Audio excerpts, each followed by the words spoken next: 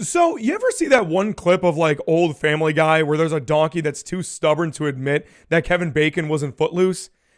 Yeah, that's the Sony CEO. The reason I say that is because yesterday he actually went on a pretty big rant about why movies like Madam Web and Kraven the Hunter ended up flopping so badly at the box office, blaming critics, basically. Quite literally defending the movies, saying that they're not bad movies, which is just delusional to me. Let's touch on Madam Web for a moment, he said. Madam Web underperformed in theaters because the press just crucified it. It was not a bad film, and it did great on Netflix, as if that means literally anything. Red 1 did great on Amazon Prime, and that was garbage. That literally means nothing. For some reason, the press decided that they didn't want us making these films out of Kraven and Madam Web, and the critics just destroyed them. They also did it with Venom, but the audience loved Venom and made Venom a massive hit. These are not terrible films. They were just destroyed by critics and the press for some reason. Which, okay, let's talk about Venom for a second. The reason the Venom movies did well is because the first one actually wasn't bad. It was fine. It was fun. Tom Hardy was having a blast, and the Venom character itself was really, really cool. And every movie after that ended up being just a little bit worse. Let There Be Carnage was clearly worse than the first movie, and The Last Dance was worse than that. Why do you think it made the least out of the three of them in terms of box office numbers? Now, let's just ignore the fact that Venom is one of the more popular Spider-Man characters ever. He's a fan favorite. Let's just ignore that for a second. The movies themselves, at least the first one was solid, and then it just got a little bit worse. So people at least had the hope that that sort of quality would have been maintained. Not only that, Tom Hardy is just great always. So that's the reason that the Venom movies are a complete outlier. I mean, if you want to talk about Madam Web, the first trailer for that movie looked like garbage. And not even just that, audiences hated the movie too. It has a 55% popcorn meter score on Rotten Tomatoes. The movie was so bad that even the main stars of the movie were making fun of it. Trying to blame the terrible box office performance of these movies simply to critics like just clowning on them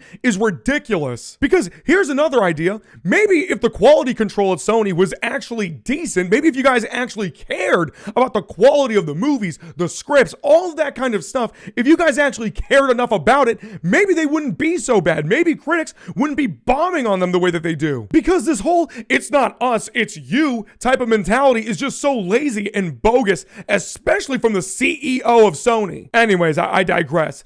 The critics' aversion to Sony's Marvel movies is one reason Vincent Cara thinks the studio needs to rethink how it moves forward with its Spider-Man universe tentpoles. It's snake bitten. If we put another one out, it's going to get destroyed no matter how good or how bad it is. That's just a straight up lie. Acting like it doesn't matter if the movie's going to be phenomenal or it's just terrible, but people are going to like destroy it no matter what. That's just a straight up lie. That is just being stubborn as a mule and just like being completely oblivious to the obvious problem here. And I'm sure some people think that, okay, because the movies don't have Spider-Man in these movies, you know, you have the Spider-Man villains and anti-heroes in these movies. You don't have Spider-Man. Maybe if you had Spider-Man in the movies too, it would do better. And probably true. If you had Spider-Man in these movies too, I'm sure more people would come to see them.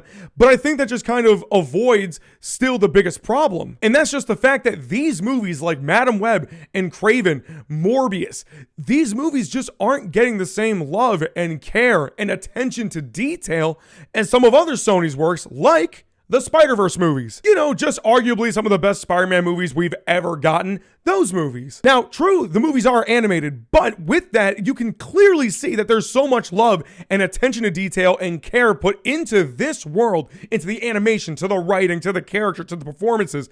All that stuff, that's what's made these movies so iconic. That's what's made them Oscar-winning movies. And not just that, they've done extremely well at the box office. Because with this Sony Spider-Man villain universe thing that they decided to do, it just doesn't seem like they've cared as much about those as they do with something like this. Now, going back to what the CEO said, it does really sound like this whole universe that they've created with Venom, Kraven, Madam Web, all that kind of stuff, it seems that it has died and is going to stay that way for a while. And honestly, that's not a problem at all. Sony's focus right now should be on Spider-Man 4 with Tom Holland, and it should be on Beyond the Spider-Verse. Now, as far as what they should do after those movies, I think it's pretty straightforward. Number one, if you're going to keep the rights to Spider-Man, bring Spider-Man back into your Sony universe if you really, really want to, whether it's Andrew Garfield or somebody else entirely. And then through him, through that Spider-Man, your Spider-Man, then you can start making spin-offs to his rogues gallery that are in that universe. That's what would help make it more enriching. That's what Marvel has done so well, at least up to this point, with their characters, like Loki, just as a prime example. Instead of taking this completely oblivious and delusional approach to why your movies have been so underperformant at the box office and getting such terrible reviews and reactions from critics and audiences alike, you as a CEO should make sure that you have a good, simple ground plan and that you can build off of that to make something truly special for fans and audiences alike. Either way, besides Spider-Man 4 and Beyond the Spider-Verse, it seems like Sony really just doesn't have any direction right now. I'm not sure what their game plan is going forward, but hopefully they can turn things around, because I hate to see this kind of, terrible quality coming up to theaters and people just wasting their money for this stuff. Let me know in the comments what you think about all this, and until next time, peace.